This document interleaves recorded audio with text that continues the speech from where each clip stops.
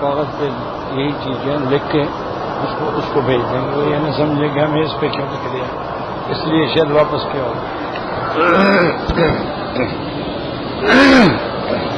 موضوع الدرس فی قصۃ موسیٰ علیہ السلام مع قومہ وما فیہا من العبر, سورۃ الصف, تفسیر ابن کثیر. الحمد للہ رب العالمین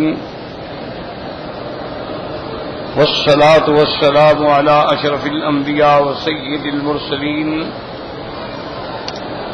سیدنا محمد وعلى آلہ واصحابہ اجمعین. اللهم صل على سيدنا محمد وعلى آل سيدنا محمد كما صليت على إبراهيم وعلى آل إبراهيم في العالمين إنك حميد مجيد. أعوذ بالله من الشيطان الرجيم. بسم الله الرحمن الرحيم. وَإِذْ قَالَ مُوسَىٰ لِقَوْمِهِ يَا قَوْمِ لِمَ تُؤْذُونَنِي وَقَدْ تَعْلَمُونَ أَنِّي رَسُولُ اللَّهِ إِلَيْكُمْ فَلَمَّا زَاغُوا أَزَاغَ اللَّهُ قُلُوبَهُمْ وَاللَّهُ لَا يَهْدِي الْقَوْمَ الْفَاسِقِينَ.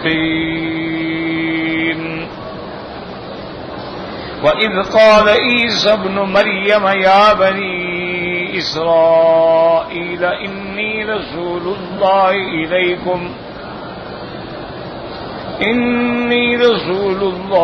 إِلَيْكُمْ مُصَدِّقًا لِمَا بَيْنَ يَدَيَّ مِنَ التَّوْرَاةِ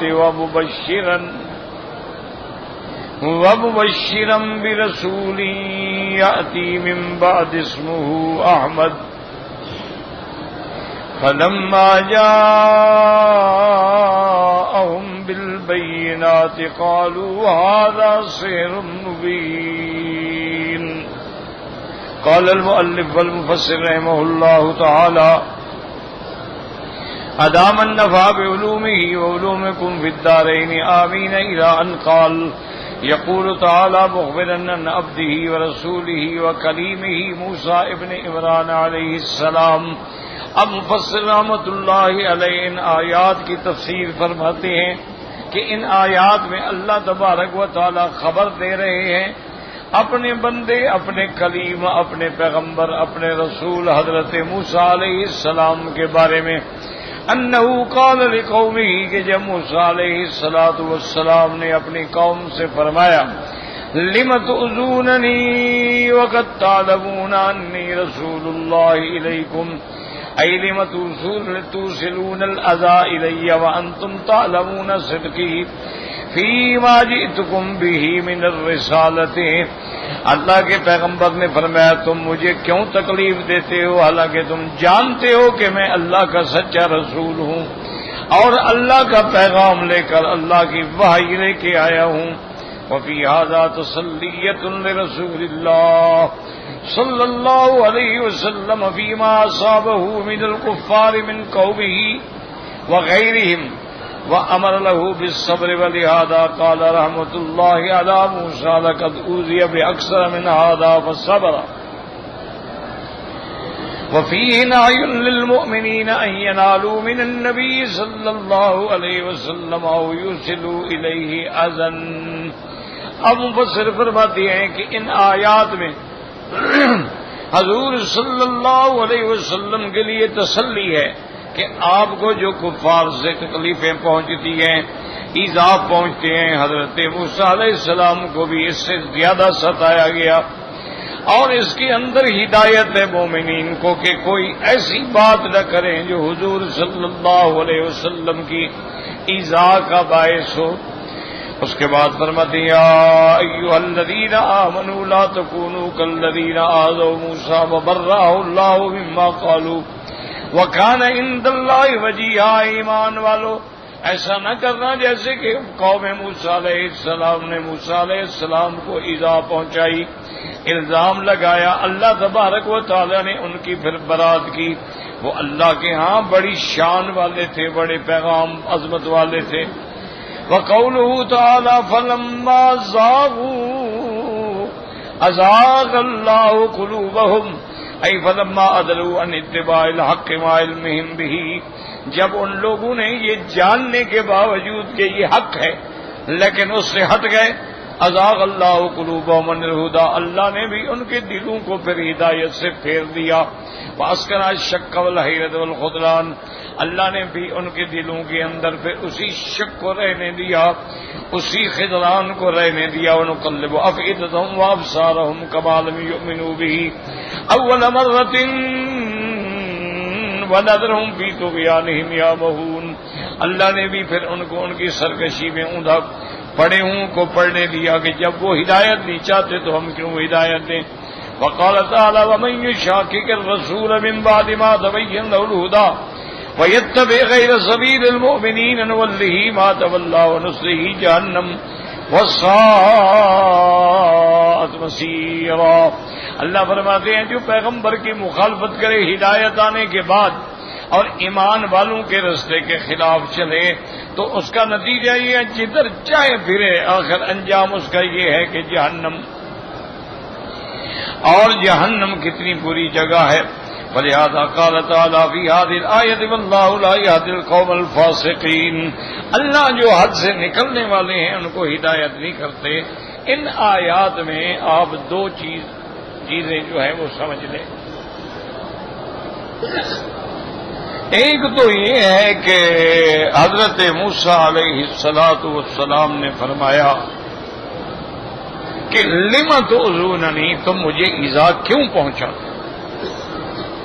تو پہلے یہ سمجھیں کہ ایذا سے مراد کیا ہے۔ ایک تو ایذا ہوتا ہے جسمانی کہ کسی کو مارا جائے، تکلیف پہنچائی جائے، یہ ایذا ہے، اور ایک ایذا یہ ہوتا ہے کہ اللہ کے پیغمبروں کو ایسی ایسی باتیں کی جائیں جو ان کی شان کے خلاف ہیں، یہ بھی ایذا، کہ اللہ کے پیغمبر صادق ہوتے ہیں ان کو کہا جائے نعوذ باللہ کے جھوٹے ہیں، اللہ کے پیغمبر جو ہیں وہ اللہ کی طرف سے نبوت و رسالت کا تاج لے کے آتے ہیں ان کو کہا جائے تم جادوگر ہو، تو یہ بھی ایذا۔ اسی لیے اللہ نے دوسری آیات میں فرمایا ہے کہ ان الذین یؤذون اللہ ورسولہ، جو اللہ کے رسول کو ایذا پہنچاتے لعنہم اللہ فی الدنیا والآخرہ، ان پر اللہ کی دنیا و آخرت میں لعنت۔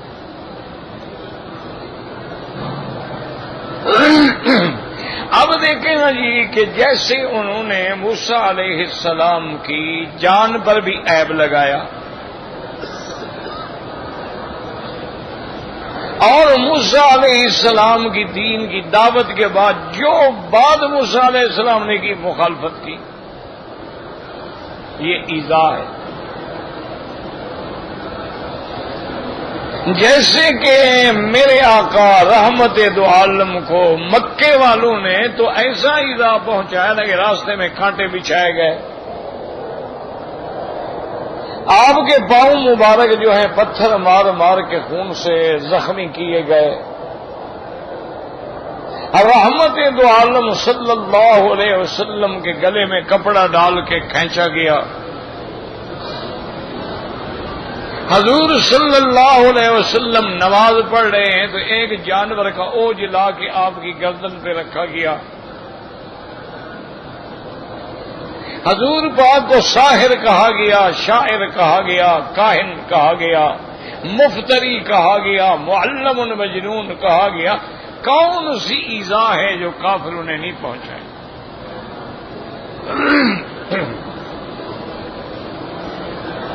اسی طرح یاد رکھیں کہ یہ تو حضور کے زمانے کی بات ہے نا، سرکار دو عالم کے سامنے آواز اونچی کرنا بھی ایذا ہے۔ سرکار دو عالم صلی اللہ علیہ وسلم اگر گھر میں ہیں تو باہر سے کھڑے ہو کے زور زور سے پکارنا جو ہے وہ بھی ایذا ہے۔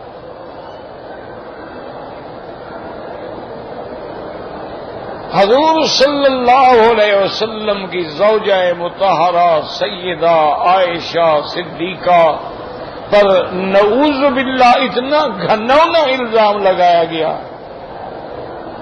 اس سے بڑا کوئی ایذا ہے کہ کسی کی عصمت اور عزت اور حرم اور خاندان نبوت کے اوپر نعوذ باللہ ایسا جھوٹا الزام لگا دیا جائے، تو یہ بھی ایذا ہے۔ اور اسی لیے بعض علماء محققین فرماتے ہیں کہ آج کل جیسے ہم لوگ بحث شروع کر دیتے ہیں، انبیاء مرنے کے بعد سنتے ہیں نہیں سنتے ہیں، زندہ ہیں مٹی میں مل گئے ہیں، جسد باقی ہے نہیں باقی ہے، یہ ساری باتیں بھی ایذاء رسول میں آتی ہیں۔ ہمیں اس تحقیق کے لیے اللہ نے حکم دیا ہے کہ تحقیق کرو، ہمیں اللہ نے حکم دیا ہے کہ بھی میں آ کے قبر میں تم سے پوچھوں گا کہ بھی مردے سنتے ہیں یا نہیں سنتے، شہید سنتے ہیں یا نہیں سنتے، انبیاء سنتے ہیں یا نہیں سنتے، ہم سے کوئی سوال ہوگا؟ تو ہم ایسی بحثیں کرنے کا فائدہ کیا ہے، مجھے یہ بتائیں۔ صحابہ کے زمانے میں بھی اختلاف تھا، کچھ صحابہ سننے کے قائل تھے، کچھ صحابہ سننے کے قائل نہیں تھے سوا کے، لیکن کبھی اختلاف نہیں کیا، کبھی ایک دوسرے پہ فتویٰ نہیں دیا کہ تم کافر، تمہارے پیچھے نماز نہیں ہوتی، اس نے کہا تمہارے پیچھے نماز نہیں ہوتی۔ اختلاف مسئلے میں ہوتا ہے، اختلاف جو ہے مسائل میں ہوتا ہے، صحابہ میں بھی اختلاف ہے کئی مسائل میں، تابعین میں بھی اختلاف ہے کئی مسائل میں۔ حضور صلی اللہ علیہ وسلم کی رؤیت باری تعالی میں کہ کیا اللہ کے پیغمبر نے اپنے خدا کو آنکھوں سے دیکھا ہے یا نہیں دیکھا ہے، صحابہ میں اختلاف ہے، بعض صحابہ فرماتے ہیں دیکھا ہے، بعض کہتے ہیں نہیں دیکھا۔ حضور پاک صلی اللہ علیہ وسلم کے معراج جسمانی پر بھی اعتراض ہے، بعض صحابہ کہتے ہیں معراج جسمانی ہے، بعض کہتے ہیں روحانی ہے، اختلاف ہے، لیکن کبھی فتوے تو نہیں دیے انہوں نے کہ تم گمراہ ہو، انہوں نے کہا کہ تم بالکل بھٹکے ہوئے ہو اور تمہارے پیچھے نماز نہیں ہوگی، اور کیسے روح کا تعلق بنتا ہے، اور روح علیین میں ہوتی ہے، اور بندہ قبر میں ہوا ختم ہو گیا، گل گیا، سڑ گیا، اس پر ایسی ابحاث کرنے کا یعنی مجھے بتائیں کوئی فائدہ مجھے بتائیں۔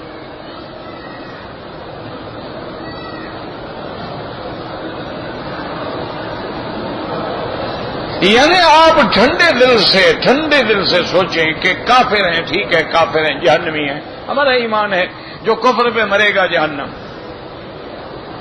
یہودی ہے، نصرانی ہے، ہندو ہے، سکھ ہے، کوئی ہے، لیکن دنیا میں تو بحیثیت انسان کے اس کو اللہ نے جینے کا حق دیا ہے نا، انسان ہے، اللہ نے دنیا میں تو جانوروں کے بھی حقوق ہیں کہ اگر آپ نے جانور رکھا ہے تو اس کو کھلاؤ پلاؤ، اس کے حقوق کا خیال کرو۔ یعنی حضور پاک نے تو اتنا فرمایا کہ میں نے اپنی آنکھوں سے دیکھا ہے کہ ایک عورت کو جہنم کا عذاب ہو رہا ہے اس لیے کہ ایک بلی باندھ رکھی تھی، نہ تو چھوڑا نہ اس کو خود پانی اور خوراک دی، وہ مر گئی تڑپ تڑپ کے، اللہ نے بلی کی وجہ سے جہنم میں ڈال دیا کہ بلی ہو کچھ ہو، میرا حیوان ہے، میں نے پیدا کیا ہے۔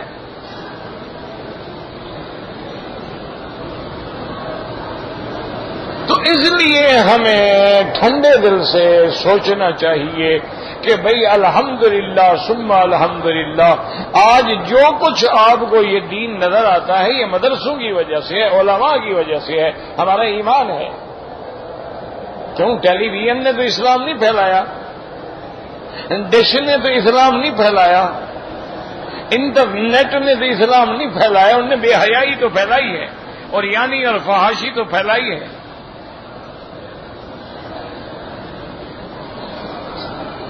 یہ جو کچھ آپ کو مسجدوں میں نماز نظر آ رہی ہے، عمرے کا شوق ہے، حج کا شوق ہے، یہ بالکل میرا ایمان ہے کہ مدارس دینی کا کام ہے، علماء کا کام ہے، اہل حق کا کام ہے، اولیاء اللہ کا، بزرگوں کا، کہ انہوں نے اس شمع کو بجھنے نہیں دیا۔ اسلام کی شمع دلوں میں روشن ہے۔ یہ بہت بڑا کام ہمارا ایمان ہے۔ اب لاکھ آدمی تبلیغی جماعت سے اختلاف کرے، ہوتا ہے لوگوں کو اختلاف بھی ہے، لیکن ان کی خدمات ہے، اس کا تو کوئی انکار نہیں کر سکتا ہے کہ انہوں نے تقریباً 50 ملکوں میں اللہ کا دین پہنچایا ہے اور کسی سے کرایہ نہیں لیا، کسی سے پیسہ نہیں لیا، کسی سے کھانا نہیں مانگا۔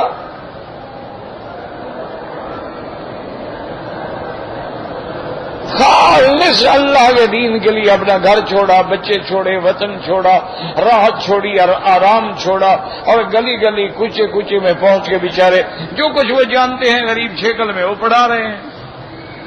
کیوں؟ ان کے ساتھ جانے والے سارے علماء تو نہیں ہوتے نا، کوئی دکاندار ہوتا ہے، کوئی کاروباری ہوتا ہے، کوئی کلرک ہوتا ہے، کوئی ملازم ہوتا ہے، اس بیچارے کو دین کا کیا پتا ہے؟ لیکن انہوں نے کام تو کیا ہے نا، اس کا تو کوئی دنیا دشمن بھی انکار نہیں کر سکتا نا۔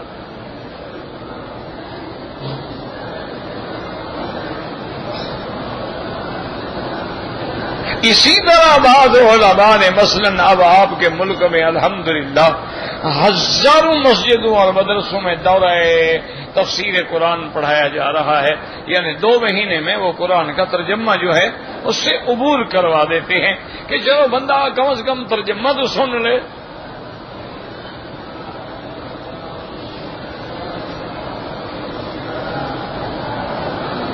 یہ بھی ایک بہت کام ہے۔ اسی طرح دیکھ لیں آپ کے ایک سال میں کتنے طلباء ہیں جو سیاست تک کتابیں پڑھ کے فارغ ہو رہے ہیں، کتنے طلباء ہیں جو تخصص کر رہے ہیں، کوئی فتویٰ میں، کوئی فقہ میں، کوئی قضاء میں، کوئی کسی مضمون میں، یعنی بہت بڑا کام ہے۔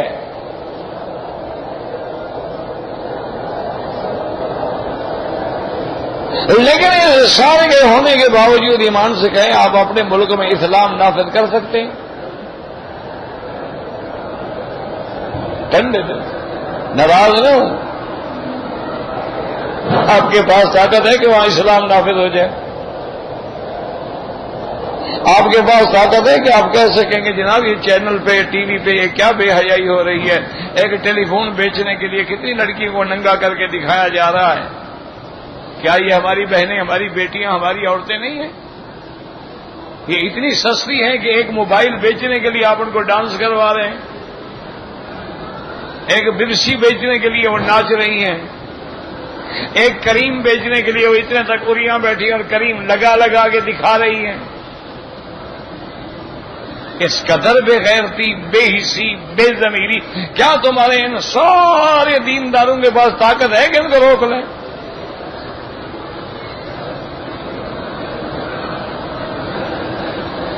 یہ بات ٹھیک ہے کہ گھر میں بیٹھ کے کڑتے رہو،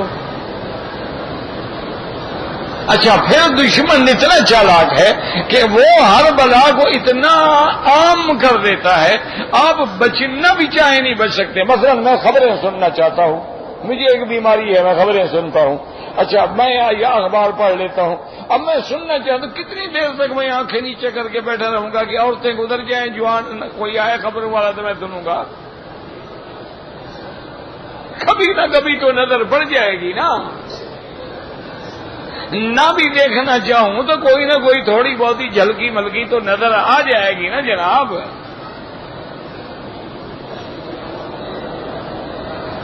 تو پھر اسی لیے یاد رکھیں کہ حضرت سندھی رحمت اللہ علیہ، عبید اللہ سندھی رحمت اللہ علیہ، اللہ ان کی قبر پہ کروڑوں رحمتیں فرمائے، میرے والد کے بھی استاذ تھے۔ یہاں مکہ مکرمہ میں میرے والد رحمت اللہ علیہ نے ان سے تفسیر قرآن، سورۃ التحریم سے والناس تک، اور فلسفہ شاہ ولی اللہ حجت اللہ البالغہ پڑھی تھی۔ بہرحال استاذ سے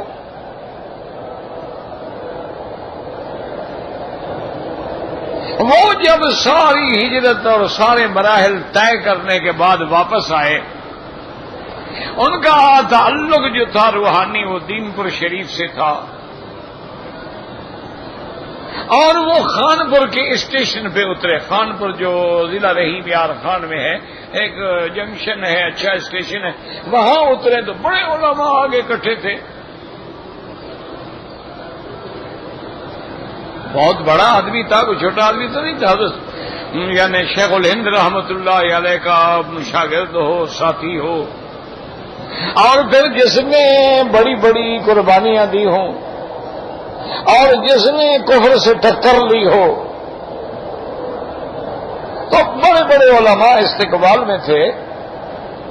تو انہوں نے مجبور کیا حضرت کو کہ حضرت مہربانی کریں، اتنے لوگ آئے ہوئے ہیں استقبال کے، کو تھوڑی سی تقریر تو کر دیں۔ ابھی میں نے تو تقریر کر دی، چھوڑ دیا، میں تقریر تو کرتا ہی نہیں ہوں۔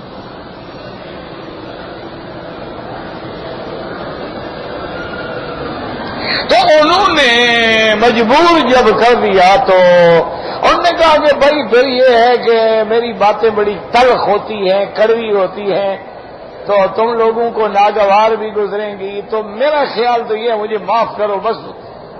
اور پھر میں دکھا ہوا آدمی ہوں، دکھے ہوئے دل سے تو پھر فریاد نکلتی ہے نا۔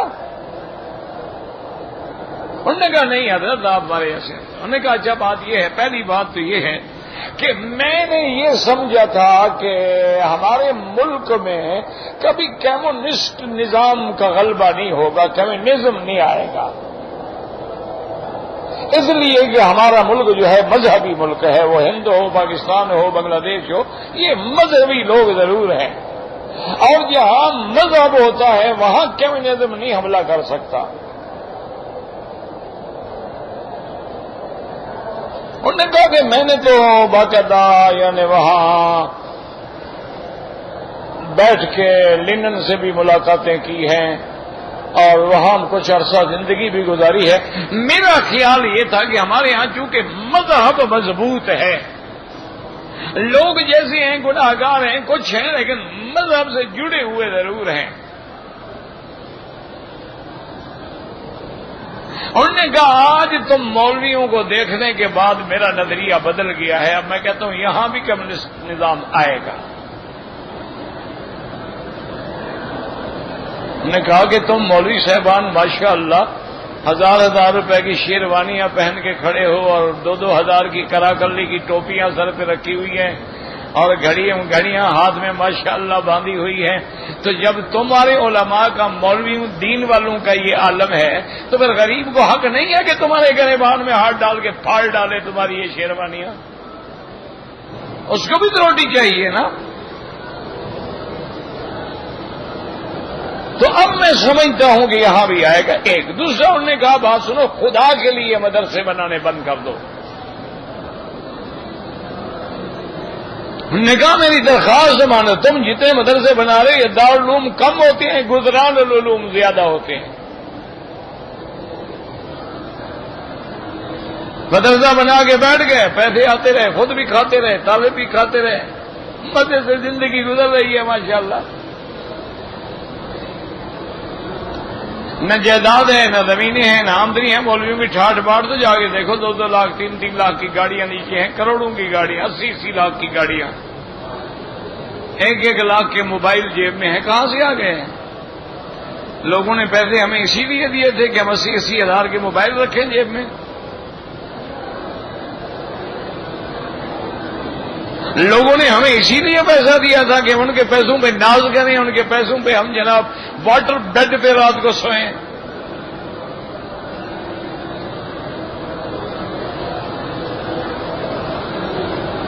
انہوں نے کہا خدا کے لیے دارالعلوم نہ بناؤ، جہاں گورنمنٹ کالج بنائے وہاں تم ایک ہاسٹل بنا دو، اس میں لڑکوں کو مفت رہائش دو، صبح کو آدھا گھنٹہ قرآن کا ترجمہ پڑھاؤ، عشاء کے بعد آدھا گھنٹہ درس حدیث دو، بس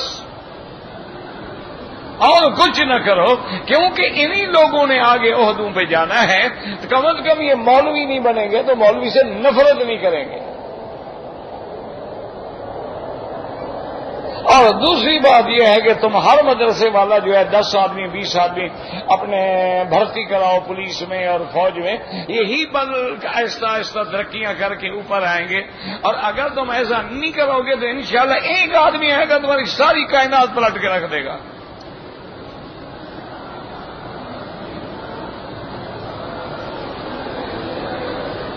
ہمارے نہ مدرسے کچھ کر سکتے ہیں، نہ پھر ہماری تبلیغ کچھ کر سکتی ہے، نہ ہماری تقریریں کچھ کر سکتی ہیں. پھر ہم اسی پہ زور دیتے ہیں بس یہ اللہ سے دعا مانگو، بس ہمارے گناہوں کی سزا مل رہی. اور سارے گناہوں کی سزا بھی ہمیں ملنی ہے، ان کو نہیں ملتی جو رات دن شرابوں میں پڑے ہوئے ہیں. ان کو گناہوں کی سزا کیوں نہیں ملتی؟ یعنی کہ رات دن شراب میں ہے، ڈانس میں ہے، گناہ میں ہے، فسق میں ہے، فجور میں ہے، رشوت میں ہے، کرپشن میں. ان پہ تو کچھ نہیں، ان کی تو اور جائیدادیں اونچی ہو رہی ہیں. یہ سزا بھی صرف یعنی اللہ نے غریب کو دینی ہوتی ہے. کیا فلسفہ ہے؟ کیا سمجھا رہے ہو لوگوں کو؟ کیا پڑھا رہے ہو؟ کسی جگہ صرف یہ جھگڑا ہے کہ جی آمین زور سے کہو یا آہستہ کہو. او بابا زور سے کہو تو کیا کفر ہو جائے گا؟ آہستہ کہو تو کون سا نماز میں خلل ڈال جائے گا؟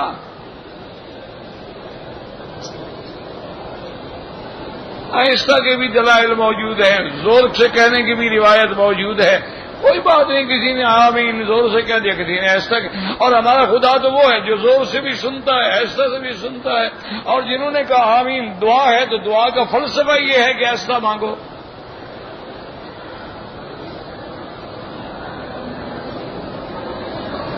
کس بات پہ قوم کو لڑا رہے ہو؟ خدا کے لیے مجھے سمجھاؤ تو صحیح نا، کہ 1432 سال گزر گئے ہیں، ابھی تک ہم قوم کو نماز میں لڑا رہے ہیں.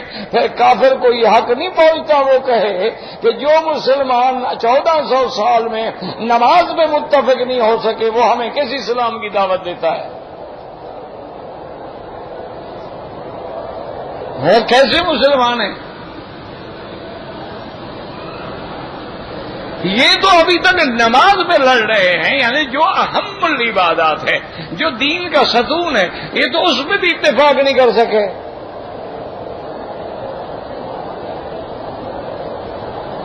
انہوں نے کہا اسی لیے تو اللہ نے ان کے پیغمبر کو معراج ہمارے قبلے سے کرایا ہے جو یہودیوں کا قبلہ ہے.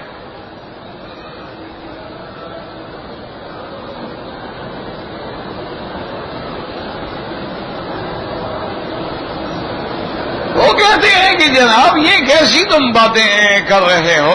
وہ کہتے ہیں اللہ کے قرآن کو تم نے 30 پاروں میں تقسیم کیا ہے، کیا یہ حضور پاک نے کیا تھا؟ حضرت عثمان نے کیا تھا کہ آدھی آیت ادھر ہے آدھی ادھر ہے، سپارہ ختم ہو گیا.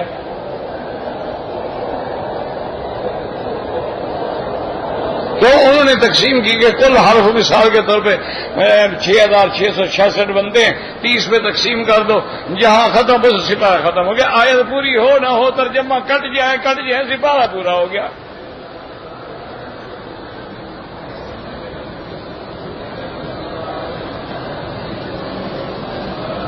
اور پورے آپ کے اسلامی ملک جو ہیں، جو آپ کی یونیورسٹیاں ہیں، کالج ہیں، ایمان سے کہیں آپ کے کالج سے جو آدمی ایم اے کر کے یا بی اے کر کے یا ایم اے اسلامیات کر کے نکلتا ہے اس کو الحمدللہ رب العالمین کا ترجمہ بھی آتا ہے. وہ کیا کر رہے ہیں؟ وہ کون سی نسل پیدا کر رہے ہیں؟ وہ ایک آیا بڑا آدمی، نام تو نہیں لیتا میں اس کا، انہوں نے کہا مکی صاحب آپ یہ دینی مدرسوں والوں سے کہیں کہ دیکھو نا دینی کتابیں تو پڑھاتے ہیں وہی پرانے خیالات ہیں، اور کم از کم اپنے مدارس میں کمپیوٹر لے آئیں، جو اپنے مدارس میں اپنا ریاضیات لے آئیں، تاریخ لے آئیں، حساب لے آئیں، تاکہ ان لوگوں کو جغرافیہ لے آئیں کو پتہ لگے، تاکہ جی وہی پرانے ایک گھڑے کی مچھلی بن کے تو نہ رہ جائیں، کچھ جدید بھی تو ان کو معلومات حاصل ہو. میں نے کہا جی آپ کی رائے بڑی اچھی ہے، بالکل بالکل. میں نے کہا یار ماشاءاللہ تم تو کوئی بڑے پڑھے لکھے سمجھدار آدمی لگتے ہو.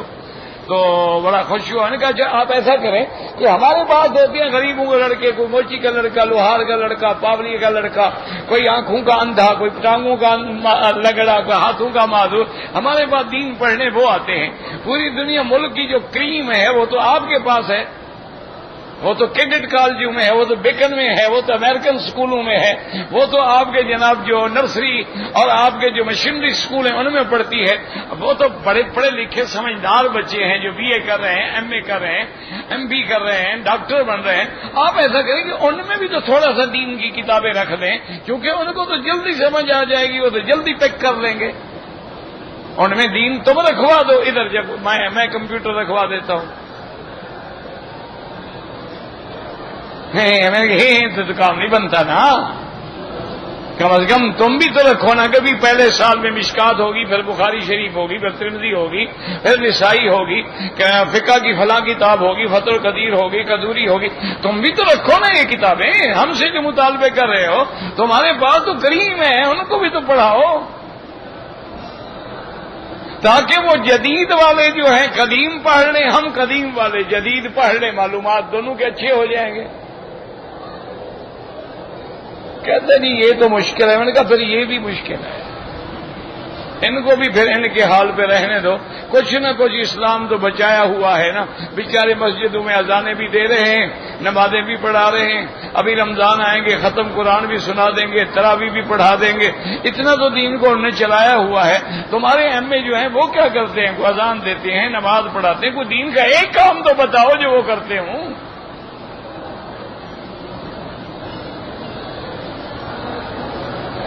لیکن ان سب کے باوجود یاد رکھو, منز بیگانگاں ہرگز نہ ڈالم. ہمیں غیروں کا کوئی دکھ نہیں ہے, ہمیں اپنوں کا دکھ ہے کہ خدا کے لیے دین کے نام پہ ادارے چلانے والوں, اب اس امت کو معاف کر دو, جھگڑے لڑائیاں ختم کر دو, مسئلہ بیان کرو. اختلاف ہے تمہارا, کوئی بات نہیں, مسئلہ بیان کر دو. تمہارے نزدیک رفع دین ہے, بالکل کہو جی رفع دین کرو, کوئی جھگڑا نہیں. لیکن یہ تو نہ کہو نا کہ جو نہیں کرتے وہ کافر ہو گئے, ان کی نمازیں نہیں ہوتی. یہ کہاں لکھا ہوا ہے؟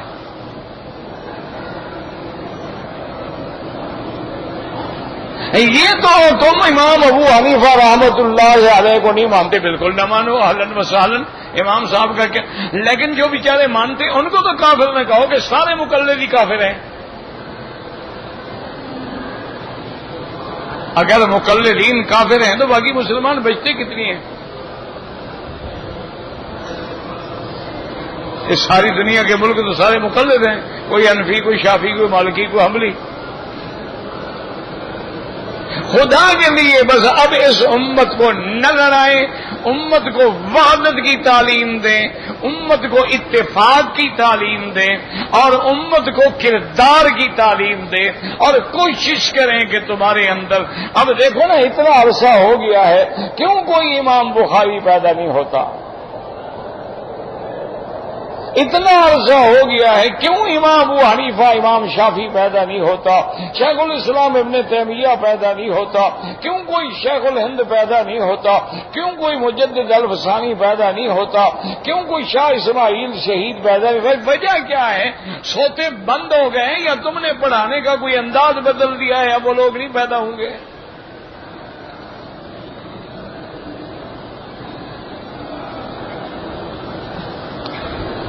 تم اسی منہج پہ آ جاؤ جو منہج لے کے آئے ہیں میرے مدنی محمد مصطفیٰ, کہ آپ نے کانٹوں کو چھوا اور گلستاں کر دیا. آپ نے بلال حبش سے آیا, صہیب روم سے آیا, سلمان فارس سے آیا, کوئی کالا آیا, کوئی گورا آیا, سب کو ملا کے ایک ایسی یونٹی, ایک ایسی جماعت پیدا کر دی کہ اللہ نے خوش ہو کے فرما دیا, میرا مدنی میں آپ کو خبر دے رہا ہوں, میں ان سب سے راضی ہو گیا ہوں. ایسی جماعت پیدا کر دی کہ اللہ نے فرما دیا لقد رضی اللہ عن المؤمنین اللہ نے فرمایا. ہم کہتے ہیں نا جی ہم مومن ہیں. نہیں وہ ایسی جماعت بنے کہ اولئک هم المؤمنون حقا. اللہ نے فرمایا محبوب ان کے ایمان کا تو میں گواہ ہوں, یہ پکے مومن ہیں, یہ تیرے پروانے ہیں, یہ سنت کے دیوانے ہیں, یہ تیرے جان نثار ہیں, تیرے لیے میں نے چن لیے ہیں, یہ آسمان ہدایت کے ستارے ہیں, اور یہ تو اس مقام پہ پہنچ گئے جو ان کا بھی دامن پکڑ لے گا میں اس کو بھی نجات دے دوں گا.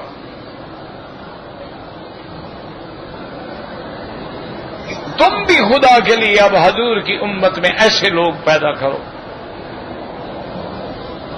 کیونکہ اب اذان تو ہے لیکن وہی اقبال والی بات ہے کہ رہ گئی رسم اذان روح بلالی نہ رہی.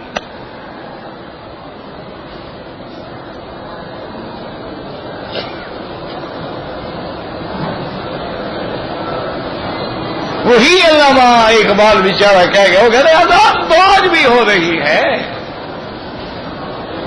اذانیں تو آج بھی ہو رہی ہیں, نمازیں تو آج بھی پڑھی جا رہی ہیں, لیکن وہ اذانیں بلال ہم کہاں سے لے آئیں؟ دعائیں تو آج بھی مانگی جا رہی ہیں, وہ صحابہ کی دعائیں ہم کہاں سے لے آئیں؟ وہ تابعین کی دعائیں ہم کہاں سے لے آئیں؟ وہ حضرت اویس کرنی کی دعائیں ہم کہاں سے لے آئیں؟ وہ ان اولیاء اللہ کی دعائیں کہاں سے لے آئیں کہ جن کے ہاتھ اٹھانے سے بد رحمت حق فوراً آ جاتی؟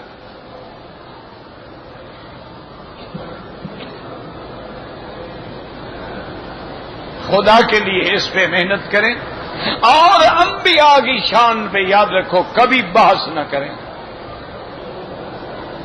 صحابہ کی شان پہ کبھی بحث نہ کریں, اہل بیت کی عظمت پہ کبھی بحث نہ کریں.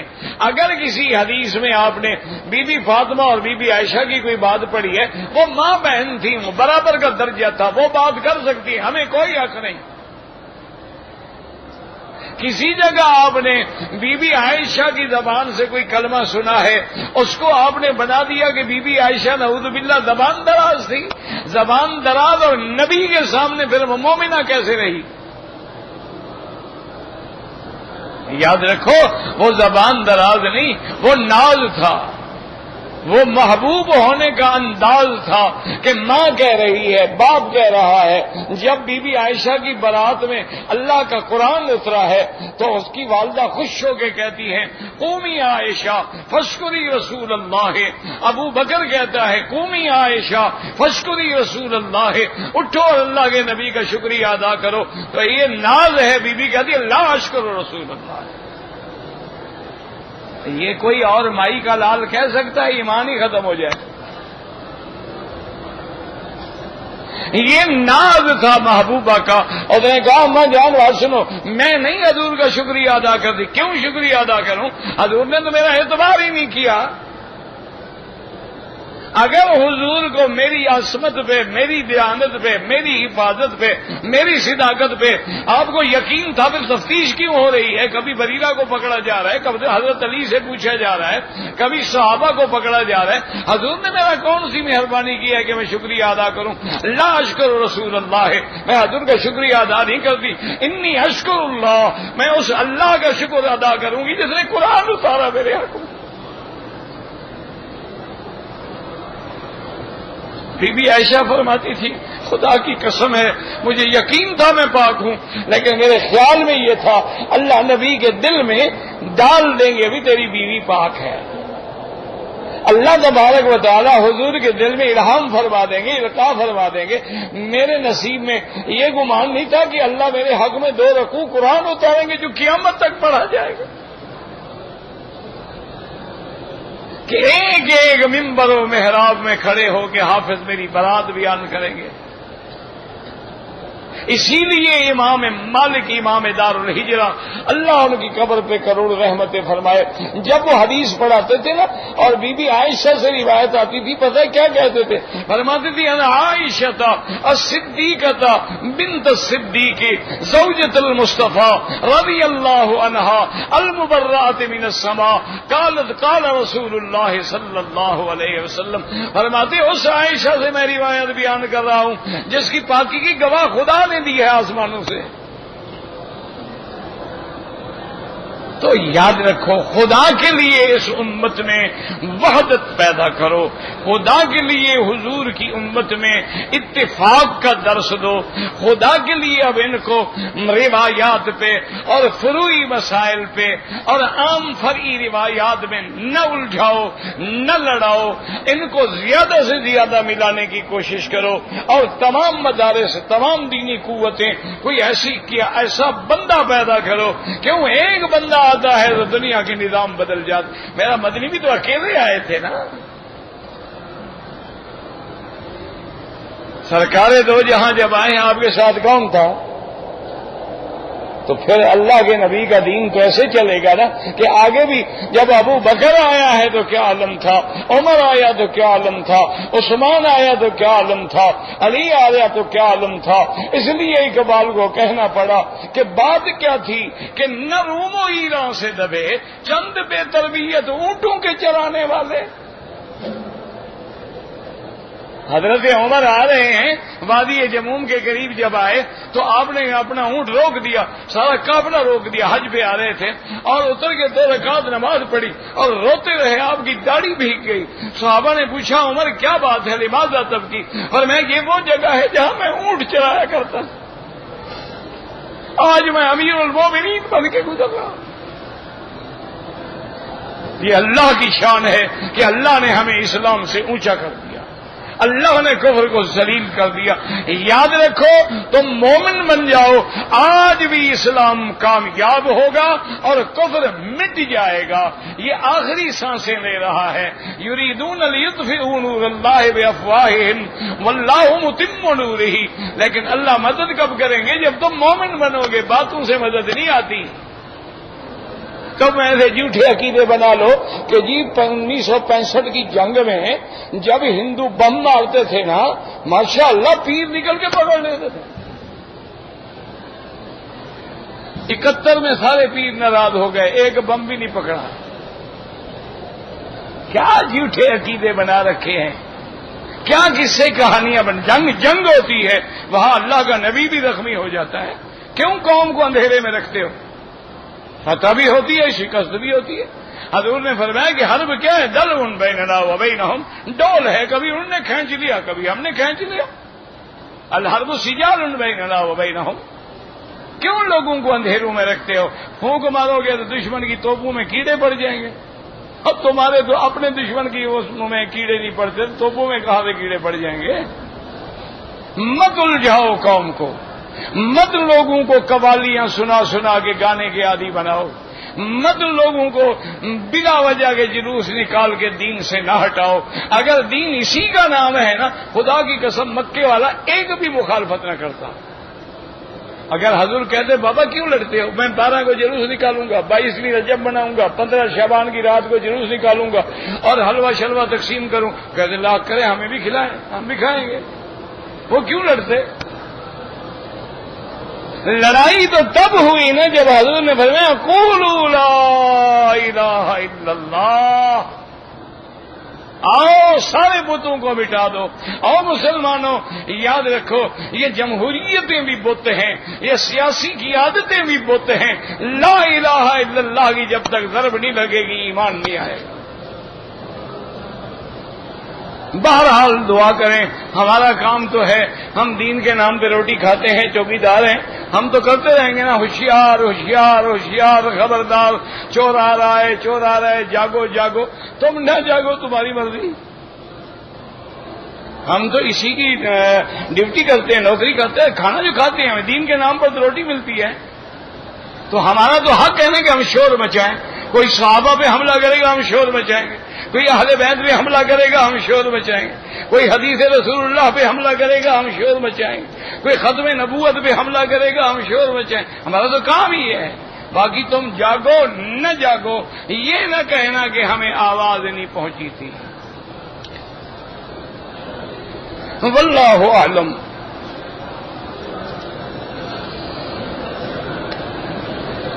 اگر تراویح کی نماز کسی حافظ نے پڑھائی ہے، بعد میں گاؤں والوں نے مل کے اس نے نہ مانگا نہ شرط کی، بعد میں اس کو ہدیہ دے دیا جائز ہے، لیکن اگر جو شرط کر کے آتے ہیں کہ میں ختم شریف پڑھاؤں گا لیکن اتنے ہزار لوں گا، وہ نماز ہی نہیں ہوتی۔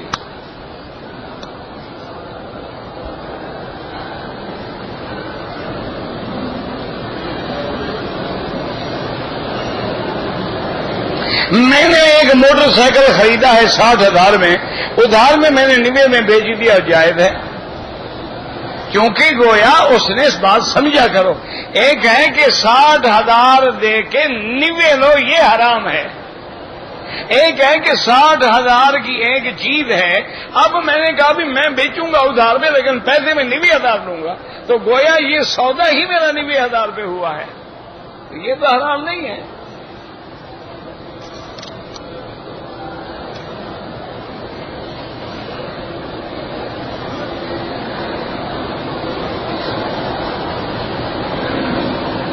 میرے پاس 2 پلاٹ ہیں، بہرحال 2 پلاٹ ہیں، ایک میں نیت ہے کہ گھر بنائے گا، اس پہ کوئی زکوٰۃ نہیں، اور جس میں نیت ہے کہ بیچیں گے اس پہ زکوٰۃ ہے، لیکن ابھی تو وہ پلاٹ تمہارے ہوئے ہی نہیں ہیں، وہ تو ابھی قسطیں بھر رہے ہیں، جب ہو جائیں بعد کی بات ہے۔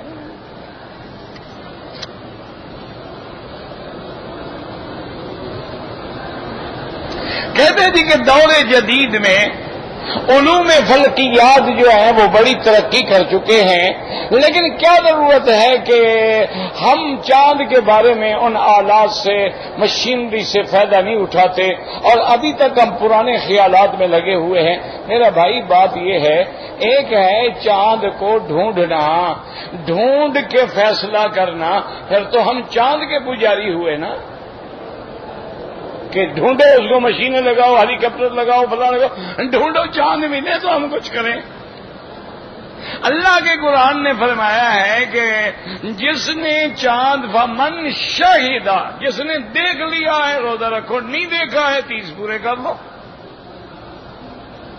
صوموا لرؤیتہ وافطروا لرؤیتہ، نظر آئے روزہ رکھو، نظر آئے افطار کرو۔ فإن غم علیکم، اگر بادل چھا گئے، ہو سکتا ہے وہ موجود ہو لیکن ہمیں نظر نہیں آیا، فاکملوا 30، 30 روزے پورے کر لو، کیونکہ ہم تاریخ کے حساب کو درست کرنا چاہتے ہیں۔ ہم چاند سورج کے پجاری نہیں ہیں کہ اس کو مشینوں کے ذریعے ڈھونڈ کے لے آئیں کہ جناب نیو مون پیدا ہو گیا ہے کہ نہیں ہو گیا، پیدا ہونے کے کتنے گھنٹے کے بعد نظر آ سکتا ہے کہ نہیں آ سکتا۔ اللہ نے ہمیں اس مصیبت میں ڈالا ہی نہیں تو تم کیوں ڈالنا چاہتے ہو؟ اللہ نے ہمیں آزادی دی ہے کہ من شہد منکم الشہر، شہود ہلال، وجود ہلال نہیں کہا۔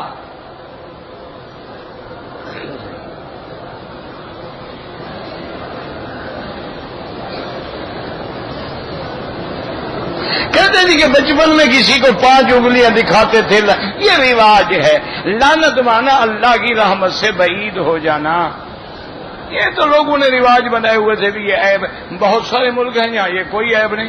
اچھا تم کسی کو ایسے کرو عیب ہے، پورے یورپ میں ایسے کریں گے مقصد ہے کہ اچھا کام ہے، صحیح کام ہوا ہے، مضبوط ہے، یعنی باقی انگلیاں کمزور ہیں نا، یہ مضبوط ہے نا۔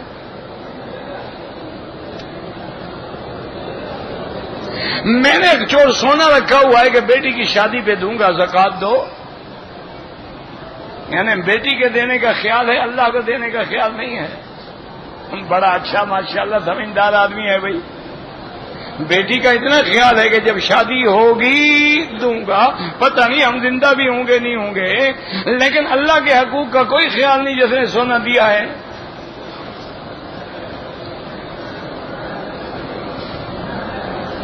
میں نے قرضہ لے رکھا ہے تو قرض ادا کرو، بچ جائے تو زکوٰۃ دو، نہ بچے تو زکوٰۃ نہ دو۔ ہاں یہ بہانے نہ بناؤ، ایسے تو پھر آپ کا ہر بڑے سے بڑا آدمی جو ہے کہے گا جی میں نے بینک کا قرضہ دینا ہے، بھائی قرضہ جو دینا ہے کروڑوں کی جائیداد جو تمہارے پاس موجود ہے، زکوٰۃ دینی پڑے گی۔ یہ کیا بہانہ ہے کہ مجھ پہ قرض ہے؟ قرض ہے دے دو قرضہ، جب تمہارے پاس پیسے نہیں ہوں گے زکوٰۃ نہیں ہوگی۔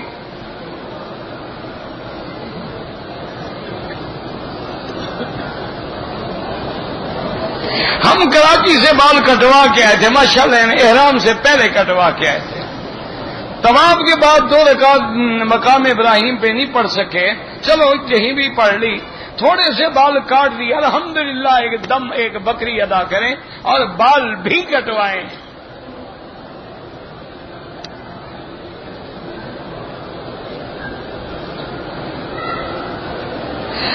ہم ذمہ داروں سے بوری کا وزن 101 کے بجائے 102 لیتے ہیں، بالکل ناجائز ہے۔ ہاں یہ الگ بات ہے کہ آپ اس میں مٹی وغیرہ کی وجہ سے کوئی کٹ وٹ لگاتے ہوں تو یہ تم جانو وہ جانے۔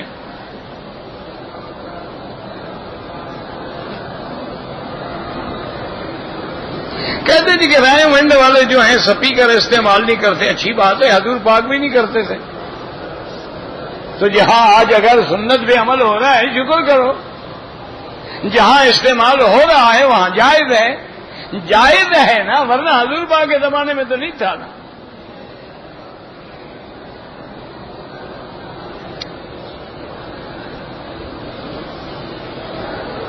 میں مدینہ شریف سے آیا تھا اپنے عزیزوں کو لینے کے لیے مکہ شریف، تو باقی ائمہ کے نزدیک تم پر دم نہیں ہے، لیکن امام ابو حنیفہ فرماتے ہیں کہ عمرہ احرام باندھ کے آئے، عمرہ کرے، اپنے عزیزوں کو لے جائے، عزیزوں کو لینے میں عمرہ نہ کرنے میں کیا تکلیف تھی، 1 گھنٹے میں آپ فارغ ہو جاتے، جاؤ عزیزوں کو لو۔ امام ابو حنیفہ رحمۃ اللہ علیہ کے نزدیک تو عمرہ بھی کرو گے، دم بھی دو گے۔ تمام مقام ابراہیم کے باہر کریں، اندر کریں، چھت پہ کریں، سب جائز ہے۔ اگر آدمی اپنی بیوی کے ساتھ گپ شپ کر رہا ہے، ملاقات کر رہا ہے اور پانی نکلا ہے تو پانی یہ دیکھے نا کہ منی نکلی ہے یا مزی نکلی ہے۔ اگر منی نکلے تو غسل ہے۔ منی کا معنی ہوتا ہے کہ جس کے نکلنے پر یعنی ٹپک کے نکلے اور پھر عضو ٹوٹ جائے۔ مزی کا معنی ہوتا ہے کہ سفید لیسدار مادہ کوئی نکل آیا، اس کے لیے غسل نہیں ہے۔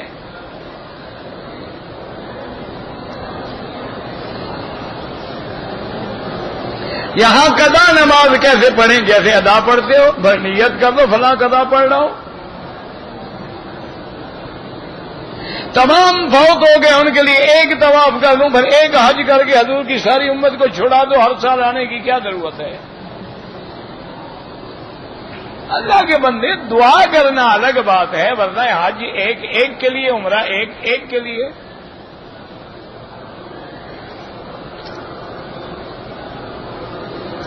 میں نے رمل کے دوران میں کپڑا نیچے نہیں کیا، کوئی بات نہیں، کر لیتے ثواب تھا، نہیں کیا ہے جرمانہ کوئی نہیں۔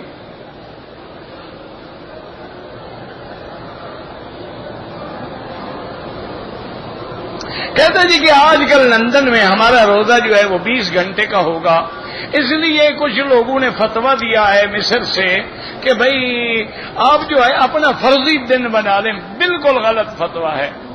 20 گھنٹے کے روزے رکھنے سے کوئی فوت نہیں ہوتا لندن میں، وہاں تو ٹھنڈا علاقہ ہے، بھوک لگتی نہیں، پیاس لگتی نہیں، ہم نے خود وہاں کئی دفعہ روزہ رکھا ہے، کیا ہو گیا ہے؟ کچھ بھی نہیں ہوتا۔ ایسے تو نہ شریعت بدلتے جاؤ۔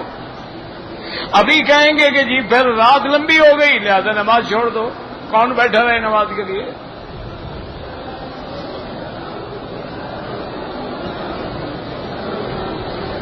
ہاں اگر عورت کو حیض آیا ہوا ہے تو ویل چیئر پہ بٹھا دیں اور طواف کا ویل چیئر سے یعنی حیض بند ہو جاتا ہے۔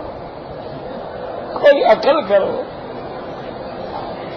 ایک بار میرے بعد ساتھی پھر کہتے ہیں مکی صاحب کبھی کبھی سخت جواب دیتے ہیں، میں یہ بتاؤ میں کیا کروں؟ اللہ کے بندے، عورت کو حیض ہے، چارپائی پہ بٹھاؤ، ویل چیئر پہ بٹھاؤ، عورت کو تو حیض آیا ہوا ہے نا، ویل چیئر کے بیڈ میں اونچی ہو جائے گی، پاک ہو گئی۔ عقل کرو، وہ حرم میں داخل ہی نہیں ہو سکتی، تم ویل چیئر پہ طواف کرا رہے ہو۔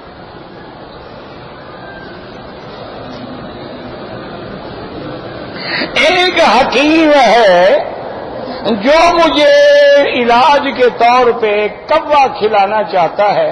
پہلے یہ دیکھو کہ حکیم دیندار ہے یا وہ نجومی شجومی والا حکیم تو نہیں۔ یہ اکثر جو ہوتے ہیں نا ستاروں کے مارے ہوئے، جن کا اپنا ستارہ ہمیشہ گردش میں ہے، ہمارے ستارے نکال رہے ہیں، خود تو بیٹھے ہیں بھیک مانگنے کے لیے، تم اپنے ستارے کو تو گردش سے نکالو بدبخت۔ تو اگر وہ ہے تو پھر بچ کے رہو۔ اگر واقعتاً طبیب دیندار ہے، مسلمان ہے اور وہ تیرے علاج کے لیے تجویز کرتا ہے تو اس طرح میں حرام چیز کھانا بھی جائز ہے۔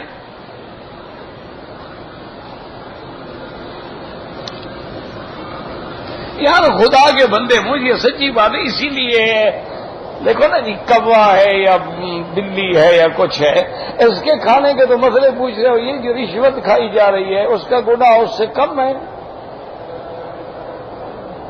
ہاں جی، کوے کھانے پہ تو اللہ نے لعنت نہیں بھیجی، سود والے پر تو لعنت ہے۔ اتنی بڑی داڑھیوں والے ماشاء اللہ ھذا من فضل ربی سود کھا نہیں رہے، پی رہے ہیں۔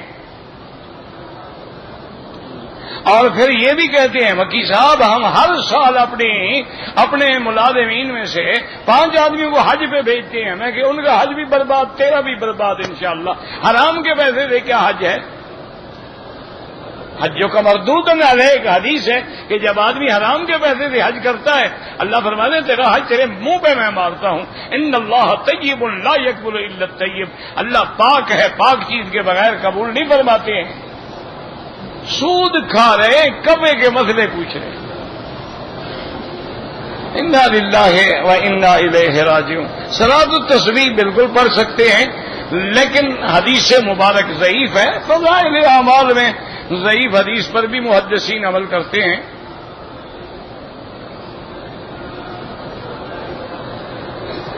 ہمارے ہاں مارکیٹ ہے، اس میں موٹر سائیکل نقد 50,000 کا ہے، ادھار پہ 70,000 میں دیتے ہیں۔ میرا بھائی ایک بات سنو، اس میں تھوڑی سی ایک بات ہے، ایک آدمی کی مارکیٹ ہے، آپ جاتے ہیں جی مجھے یہ موٹر سائیکل چاہیے، وہ کہتے ہیں جی نقد قیمت 50,000 ہے اور ادھار قیمت جو ہے وہ 70,000۔ آپ کہیں جی یہ 50,000 دیں، وہ آپ کو دے دے، وہ کہ نہیں میں تو ادھار بیچتا ہوں، پھر حرام ہے۔ بات سمجھو، اس کا معنی ہے کہ وہ صرف وہ سود کھانے کے لیے بیٹھا ہے۔ اگر آپ نے کہا 50,000 نقد ہوگا، ٹھیک ہے جی نقد تو لے جاؤ، ادھار رکھنا چاہتے ہو تو جب اتنا پیسے میں 6 مہینے انتظار کروں گا تو مجھے بھی نفع زیادہ چاہیے نا، پھر جائز ہے۔ اگر وہ کہے میں نقد پہ بیچتا ہی نہیں ہوں، ادھار پہ بیچتا ہوں تو نہ جائز۔ ویسے میرا مشورہ یہ ہے کہ دونوں طریقوں سے بچو، کیونکہ بعض علماء کے نزدیک شبہ تو آ گیا، ایک تشابہ تو آ گیا نا سود سے۔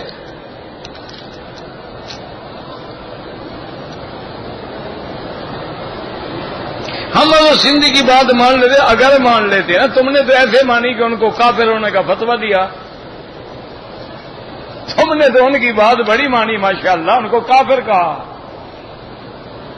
وہ چونکہ آزاد خیال آدمی تھے نا جی، کفر کے فتوے لوگوں نے لگا دی ہمارے مولویوں نے، کیونکہ مولویوں کو ان کی بات ہضم نہیں ہوتی تھی نا، حلوہ نہیں ملتا نا، ان کی باتوں میں تو مار کھانی پڑتی ہے نا۔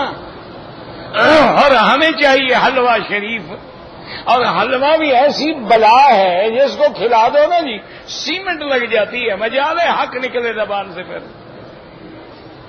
یہ بھی کوئی ایسی بلا ہے، ایسا خالص حلوہ بناتے ہیں کہ جس کو ایک دفعہ کھلا دیا منہ بند ہو گیا ماشاءاللہ۔ اور پھر حدیث کے حضور کو حلوہ پسند تھا، کس نے کہا ہے بے وقوف آدمی؟ حضور پاک نے تو کبھی یہ آپ کے سوجی والا اور کاجے والا اور بادام والا اور یہ حلوہ تو زندگی میں دیکھا ہی نہیں میرے مدنی پاک نے۔ کہا نا یہ حب الحلوہ مانا میٹھی چیز پسند تھی، یہ تھوڑا ہے کہ تمہارا حلوہ پسند تھا، یہ کس نے کہا ہے؟ مانا یہ جیسے کھجور ہے میٹھی چیز ہے، حضور کو پسند تھی، اسی لیے آپ افطار مبارک جو ہے کھجور مبارک سے فرماتے تھے، اور فرمایا اگر کھجور نہ ہو تو پھر پانی سے کر دو۔ ربنا تقبل منا انك انت السميع العليم وتب علينا انك انت التواب الرحيم اللهم ارحمنا بترك المعاصي ابدا ما ابقيتنا اللهم استرنا بسترك الجميل۔ دعا کریں اللہ ہماری اولادوں پہ رحم فرما، اللہ ان کو با حیا بنا، اللہ ان کو والدین کے لیے قرۃ عین بنا۔ ربنا